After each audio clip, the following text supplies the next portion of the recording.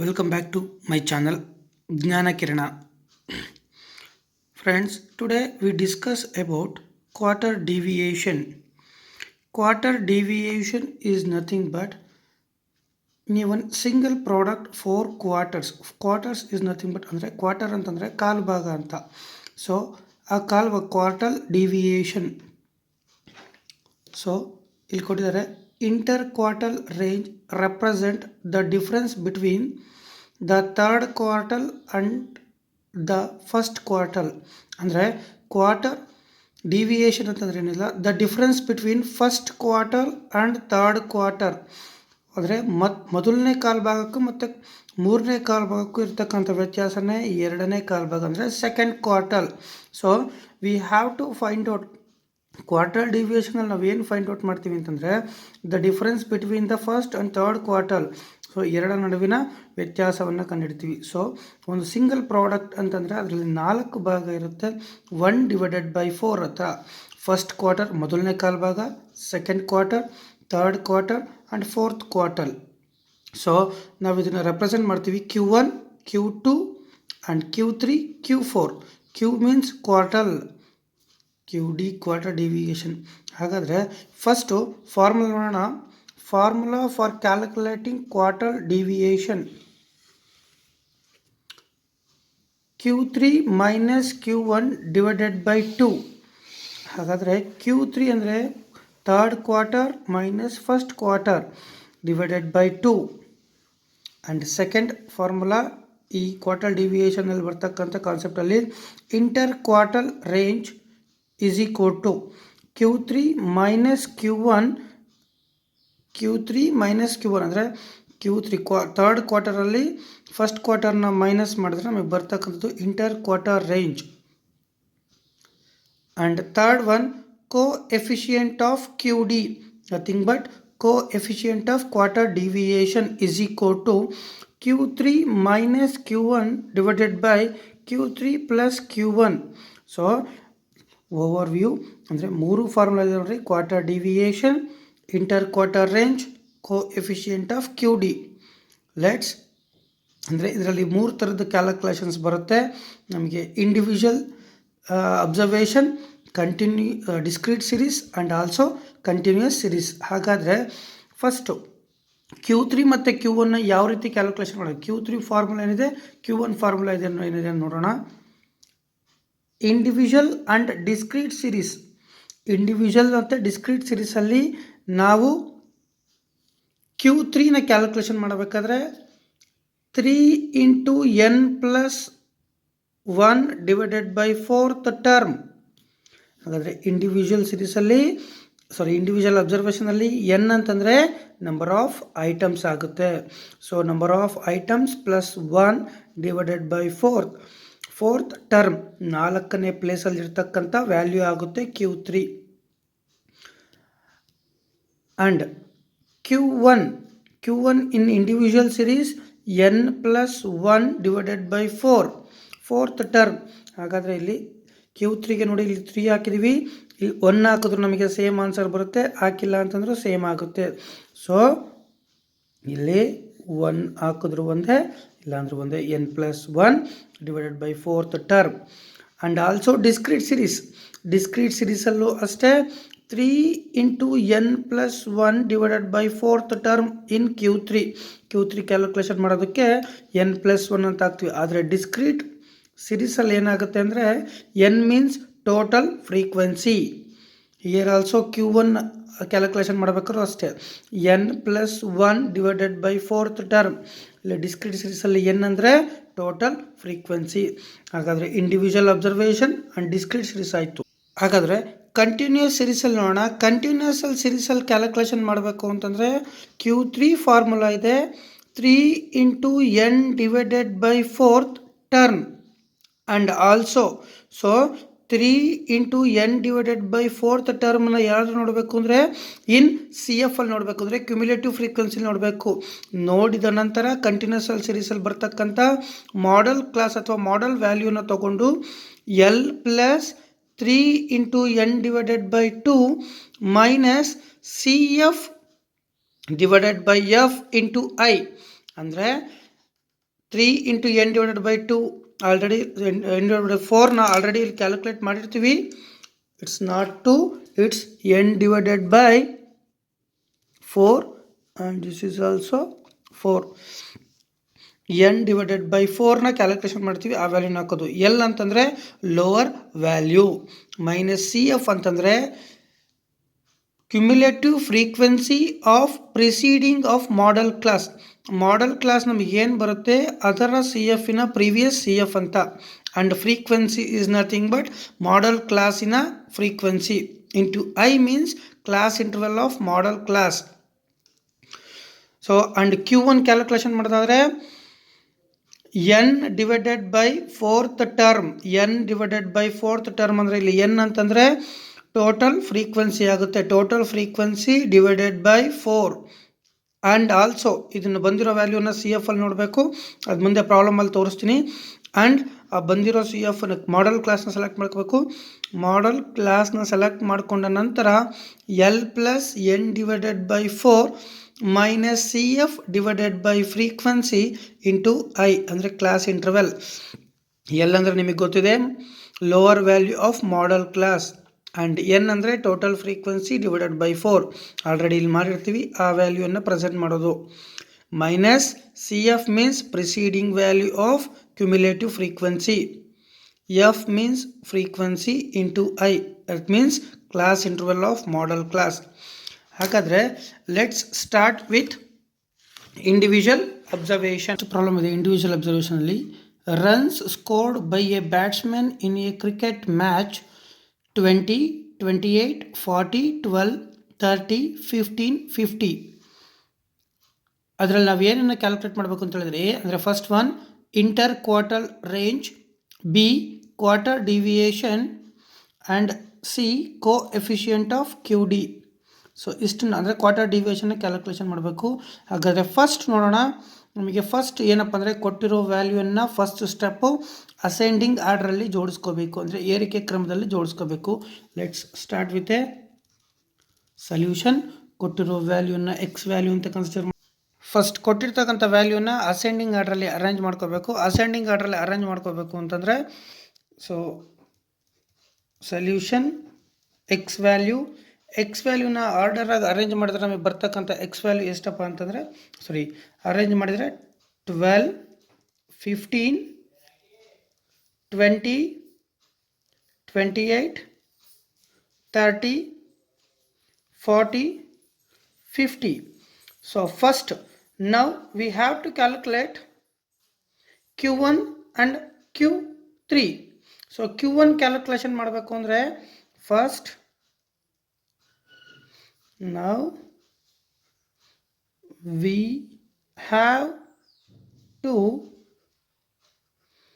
calculate Q3 and Q1 ನ calculation ಮಾಡಬೇಕು. ಹಾಗಾದರೆ first Q1 formula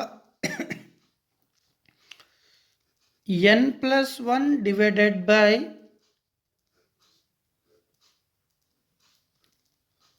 fourth term is equal to n ಅಂತಂದರೆ number of items 1, 2, 3, 4, 5, 6, 7. So individual ಸೀರೀಸಲ್ಲಿ only X value ಕೊಟ್ಟಿರ್ತಾರೆ, ಎಷ್ಟು value ಕೊಟ್ಟಿದ್ದಾರೆ ನೋಡ್ಕೋಬೇಕು. N means number of items 1, 2, 3, 4, 5, 7. ಅಲ್ಲಿಗೆ 7 plus 1 divided by 4th term ಆಗುತ್ತೆ. 7 plus 1 ಏನಾಗುತ್ತೆ 8 divided by 4th ಟರ್ಮ್. ಅಲ್ಲಿಗೆ ಏನಾಗುತ್ತೆ ಅಂತಂದರೆ ಇಲ್ಲಿಗೆ 8 4 1s 4 2s second term.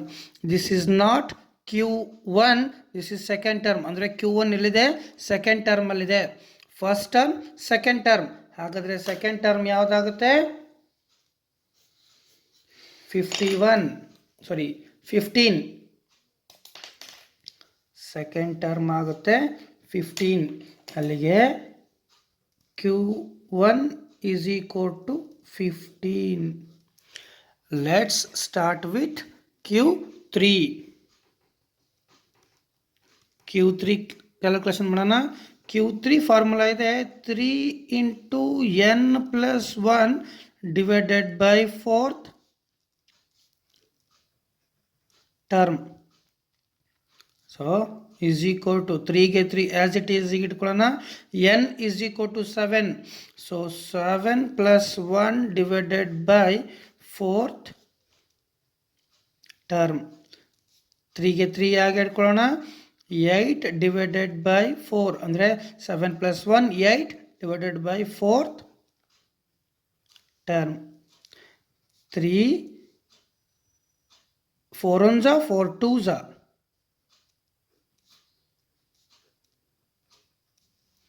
Term ಆಯಿತು. 3 ಇಂಟು 2 3 2 6 ಆಗುತ್ತೆ. 6th term. ಹಾಗಿದ್ರೆ Q3 ಕೊಟ್ಟಿರ್ತಕ್ಕಂಥ ವ್ಯಾಲ್ಯೂ ಅಲ್ಲಿ 6ನೇ ಪ್ಲೇಸಲ್ಲಿದೆ 6th ಟರ್ಮ್. ನೋಡೋಣ, ಫಸ್ಟ್ ಪ್ಲೇಸಲ್ಲಿದೆ 1 2 3 4 5 6. ಹಾಗಾದರೆ Q3 ಏನಾಗುತ್ತೆ 40. Q3 is equal to 40. So ನಮಗೆ Q3 ಮತ್ತು Q1 ಸಿಕ್ಕಿದೆ. ಇವಾಗ ನಾವೇನು ಮಾಡೋಣ, ಫಸ್ಟ್ ಕ್ಯಾಲ್ಕುಲೇಷನ್ ಏನಿದೆ ನಮಗೆ inter quarter range formula. Inter quarter ರೇಂಜ್ನ ಫಾರ್ಮುಲಾ ಏನಿದೆ ನಮಗೆ Q3 minus Q1. First calculation ಮಾಡೋಣ. ಅಂದರೆ ಎ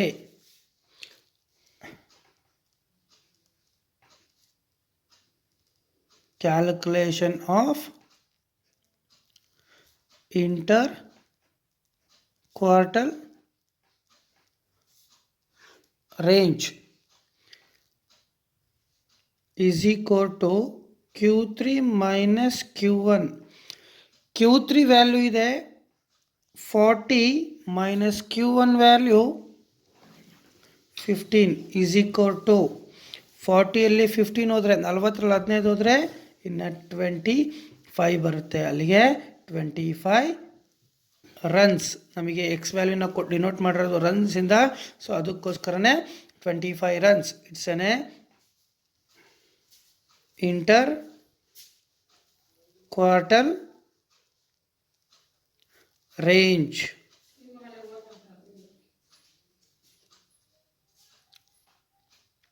ಸೊ ಹಾಗಿದ್ರೆ ಸೆಕೆಂಡ್ ಕ್ಯಾಲ್ಕುಲೇಷನ್ ಮಾಡೋಣ. ಸೆಕೆಂಡ್ ಕ್ಯಾಲ್ಕುಲೇಷನ್ ಏನು ಕೇಳಿದ್ದಾರೆ ನಮಗೆ ಪ್ರಾಬ್ಲಮಲ್ಲಿ ಕ್ವಾರ್ಟರ್ ಡಿವಿಯೇಷನ್. ಹಾಗಾದರೆ ಕ್ವಾರ್ಟರ್ ಡಿವಿಯೇಷನ್ ಫಾರ್ಮುಲಾ ಏನಿದೆ ಬಿ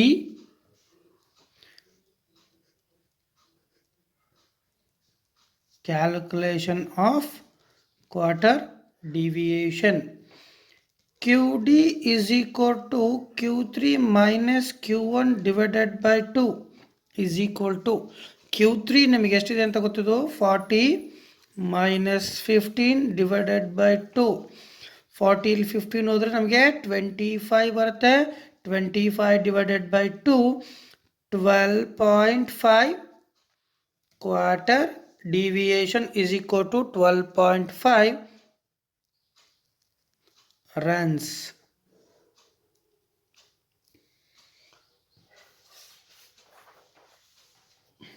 ಹಾಗಿದ್ರೆ ನೆಕ್ಸ್ಟ್ ಕ್ಯಾಲ್ಕುಲೇಷನ್ ನಮಗೇನು ಕೇಳಿದರೆ coefficient of QD. C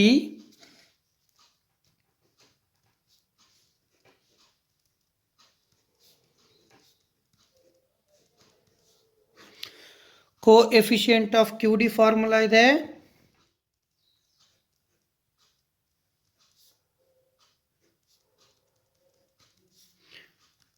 Q3 minus Q1 divided by Q3 plus Q1.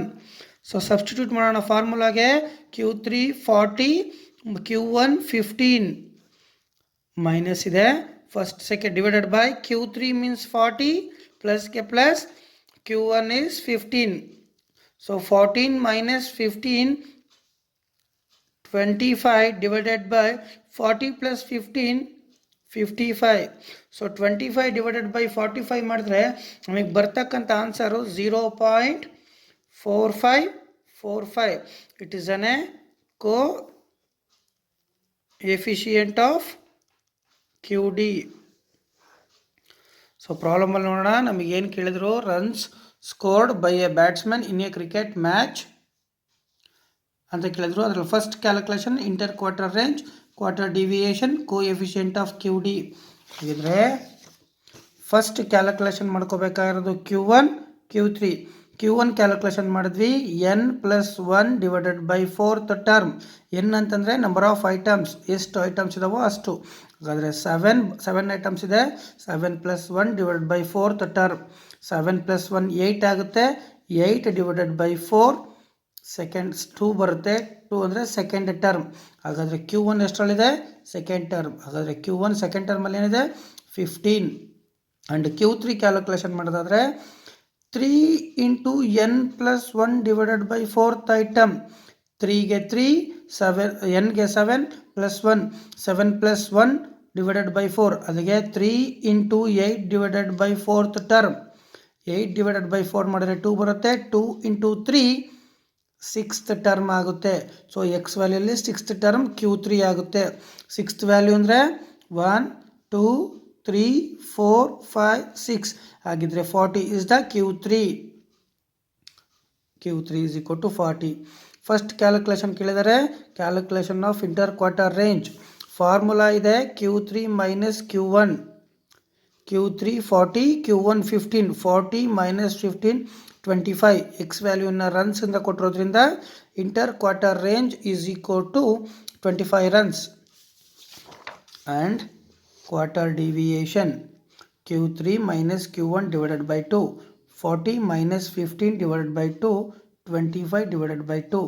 25ನ divided by 2 ಮಾಡಿದ್ರೆ 12.5 ರನ್ಸ್ ಬರುತ್ತೆ. QD is equal to 12.5 runs. Coefficient of QD formula ಇದೆ Q3 minus Q1 divided by Q3 plus Q1. 40 minus 15 divided by 40 plus 15. 25 divided by 55 ಮಾಡಿದ್ರೆ 0.4545 ಬರುತ್ತೆ. This is the calculation of quarter deviation in individual observation. Individual observation ಆಯಿತು. Let start with a discrete series. Discrete ಸಿರೀಸಲ್ಲಿ ನಿಮಗೆ ಇಲ್ಲಿ note ಅಂತ ಕೊಟ್ಟಿದ್ದೀವಿ. Same formula for discrete series.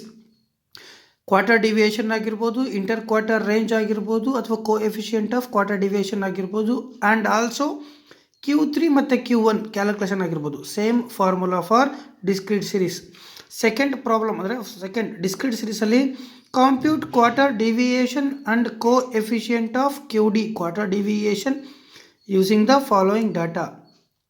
So ಈ ಪ್ರಾಬ್ಲಮಲ್ಲಿ quarter deviation and coefficient of quarter ಡಿವಿಯೇಷನ್ನ calculate ಮಾಡಬೇಕು ಕೆಳಗೆ ಕೊಟ್ಟಿರೋ ಡಾಟಾವನ್ನು ಯೂಸ್ ಮಾಡಿಕೊಂಡು. Wages in rupees 10, 20, 30, 40, 50, 60. And number of workers 4, 7, 15, 8, 7, 2. So ಇಲ್ಲಿ ಏನಾಗುತ್ತೆ, wages become x value, number of workers f value, frequency value. Discrete ಸೀರೀಸಲ್ಲಿ 2 ವ್ಯಾಲ್ಯೂ ಕೊಡ್ತಾರೆ. ಹಾಗಾದರೆ ಇಲ್ಲಿ ಎನ್ ಯಾವುದಾಗುತ್ತೆ ಅಂದರೆ total frequency value is n ಆಗುತ್ತೆ. Let's start with solution. Solution ನಾನು ಇಲ್ಲಿ ಮೇಲ್ಗಡೆ ನೋಟ್ ಕೊಟ್ಬಿಟ್ಟಿದ್ದೀನಿ ನಿಮಗೆ. Same formula for discrete series. So first ನಾವೇನು ಮಾಡಬೇಕು,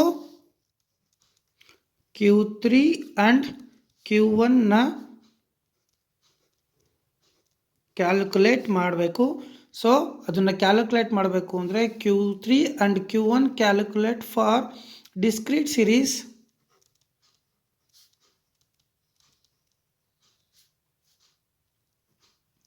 Discrete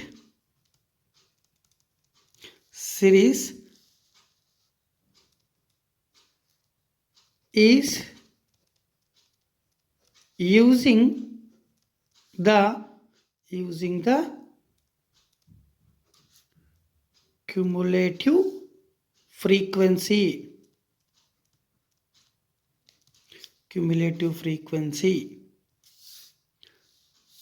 ಅದನ್ನು ಕೆಳಗಡೆ ಎಕ್ಸ್ಪ್ಲೇನ್ ಮಾಡ್ತೀನಿ ಕ್ಯುಮ್ಯುಲೇಟಿವ್ ಫ್ರೀಕ್ವೆನ್ಸಿ ಯಾವ ರೀತಿ ಅಂತ. ಸೊ ಫಸ್ಟ್ಗೆ ಕೊಟ್ಟಿರ್ತಕ್ಕಂಥ ಡಾಟಾವನ್ನು ತಗೊಳ್ಳೋಣ. Wages in rupees and number of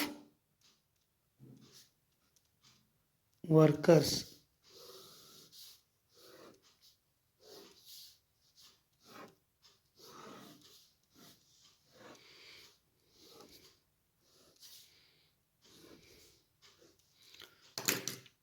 so wages in rupees ಅನ್ನೋದನ್ನು ಎಕ್ಸ್ ವ್ಯಾಲ್ಯೂ ಅಂತ ಕನ್ಸಿಡರ್ ಮಾಡ್ಕೊಳ್ಳೋಣ.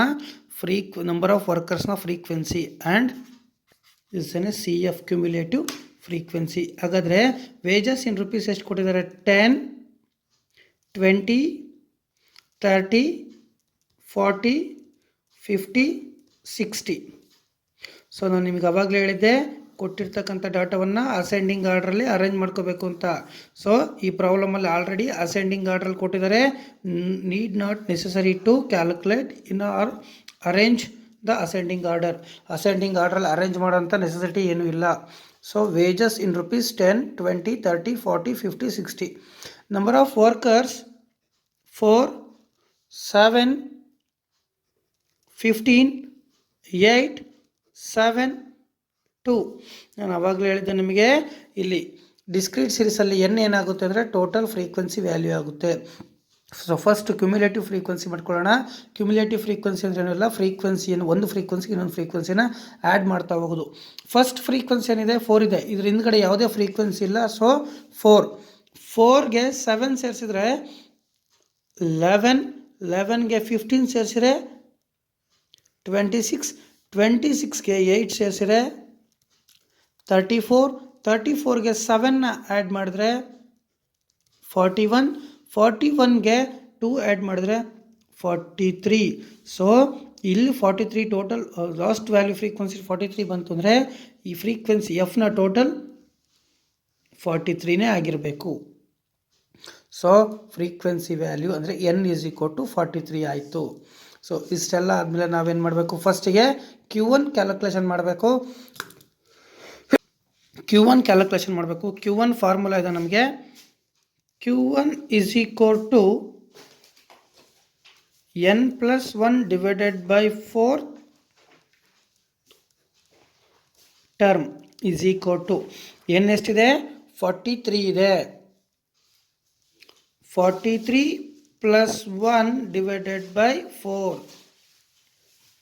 is equal to 44 divided by 4th term is equal to. So 44 divided by 4 ಅಂತಂದರೆ ಎಷ್ಟಾಗುತ್ತೆ? 4 ಅನ್ನೊಂದ್ಲಿ 44. ಅಲ್ಲಿಗೆ 11th ಟರ್ಮ್. Q1 ಎಲ್ಲಿದೆ?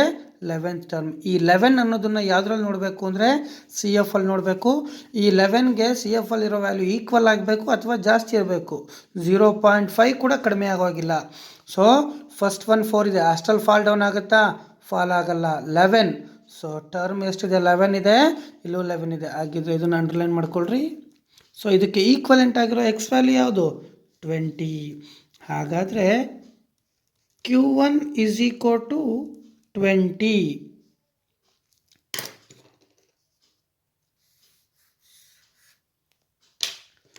Q1 is equal to 20. Once again ಹೇಳ್ತೀನಿ ನೋಡ್ರಿ. So 43 plus 1 44 ಆಗುತ್ತೆ ಡಿವೈಡೆಡ್ ಬೈ 4. 44 ಡಿವೈಡೆಡ್ ಬೈ 4 ಮಾಡಿದ್ರೆ 11th ಬರುತ್ತೆ. 11th term. ಈ 11 ಅನ್ನೋದನ್ನು ಸಿ ಎಫ್ ಅಲ್ಲಿ ನೋಡಬೇಕು ಕ್ಯುಮ್ಯುಲೇಟಿವ್ ಫ್ರೀಕ್ವೆನ್ಸಿಲಿ. ಅದಕ್ಕೆ ಈಕ್ವಲ್ ಆಗಿರಬೇಕು ಅಥವಾ ಜಾಸ್ತಿ ಇರಬೇಕು. 4 ಈಕ್ವಲ್ ಆಗಿಲ್ಲ, 11 ಈಕ್ವಲ್ ಆಗಿದೆ. ಅದಕ್ಕೆ ಈಕ್ವಲೆಂಟ್ ಆಗಿರ್ತಕ್ಕಂಥ ಎಕ್ಸ್ ವ್ಯಾಲ್ಯೂ ನೋಡಬೇಕು. ಸೊ 20 ಇದೆ. Q1 is equal to 20. Next Q3 calculation ಮಾಡೋಣ. Q3 ಕ್ಯಾಲ್ಕುಲೇಷನ್ ಮಾಡಬೇಕು ಅಂತಂದರೆ ಫಾರ್ಮುಲಾ ಇದೆ. Q3 is equal to 3 into n plus 1 divided by 4th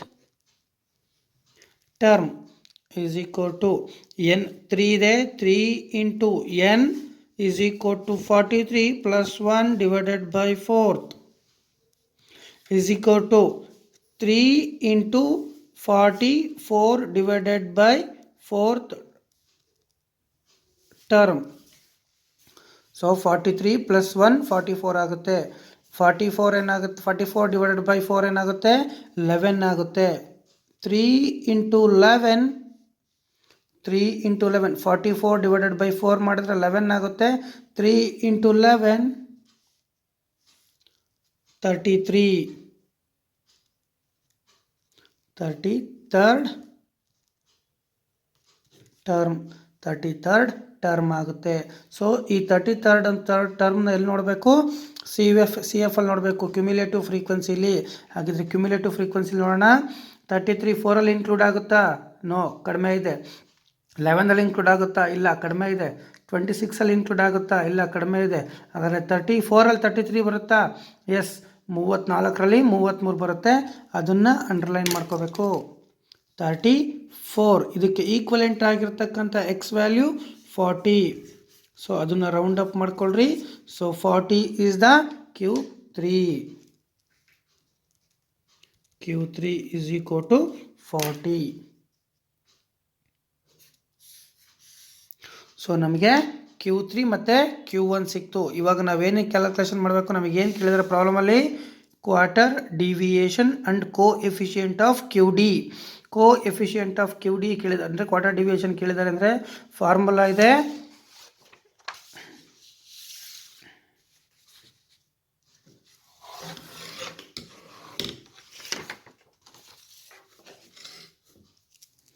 so first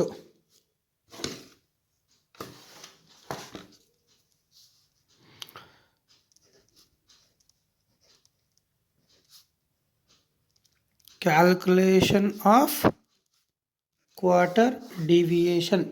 formula ಏನಿದೆ? Quarter deviation is equal to Q3 minus Q1 divided by 2 is equal to Q3 ಎಷ್ಟಿದೆ ನಮಗೆ? 40 and Q1 20. 40 minus 20 divided by 2 is equal to 20 divided by 2 10. So x ವ್ಯಾಲ್ಯೂನ ಏನಂತ measure ಮಾಡಿದ್ದಾರೆ? Wages ಅಂತ ಮಾಡಿದ್ದಾರೆ. So ₹10 quarter deviation ₹10. ಹಾಗಾದರೆ next ಮತ್ತೊಂದು ಸಲ ಹೇಳ್ತೀನಿ ನೋಡಿರಿ. Calculation of quarter deviation formula ಇದೆ Q3 minus Q1 divided by 2. Q3 40 ಇದೆ, ಮೈನಸ್ಗೆ ಮೈನಸ್. Q1 20 ಇದೆ, ಡಿವೈಡೆಡ್ ಬೈ 2. 40 ಮೈನಸ್ 20 40ರಲ್ಲಿ 20 ಹೋದರೆ ಉಳಿಯೋದು 20 divided by 2. 20 divided by 2 10. So quarter deviation ₹10. Next second coefficient of quarter deviation.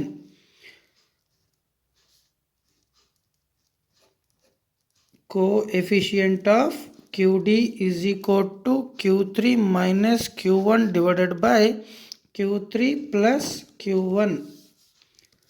Q3 ಎಷ್ಟಿದೆ?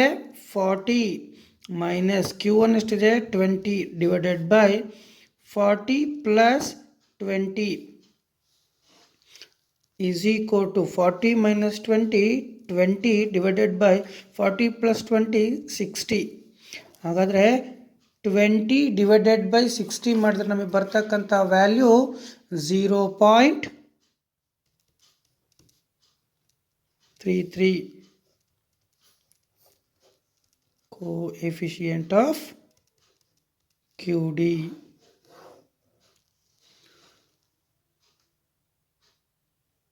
ಸೊ ಇದು discrete series. Let's start with individual observation and discrete series. ನಾನು ಮಾಡಿರ್ತಕ್ಕಂಥ problem and ಸೊಲ್ಯೂಷನ್ನ ಕೆಳಗಡೆ ಡಿಸ್ಕ್ರಿಪ್ಷನಲ್ಲಿ PDF ಕೊಟ್ಟಿದ್ದೀನಿ, ನೀವು ಡೌನ್ಲೋಡ್ ಮಾಡ್ಕೋಬೋದು. ನಿಮಗೆ ಇಷ್ಟ ಆದರೆ ಶೇರ್ ಮಾಡಿ, ಸಬ್ಸ್ಕ್ರೈಬ್ ಮಾಡಿ. ಏನಾದ್ರು ಡೌಟ್ಸ್ ಇದ್ದರೆ ಕಮೆಂಟ್ಸ್ ಮಾಡಿ. Okay, thank you.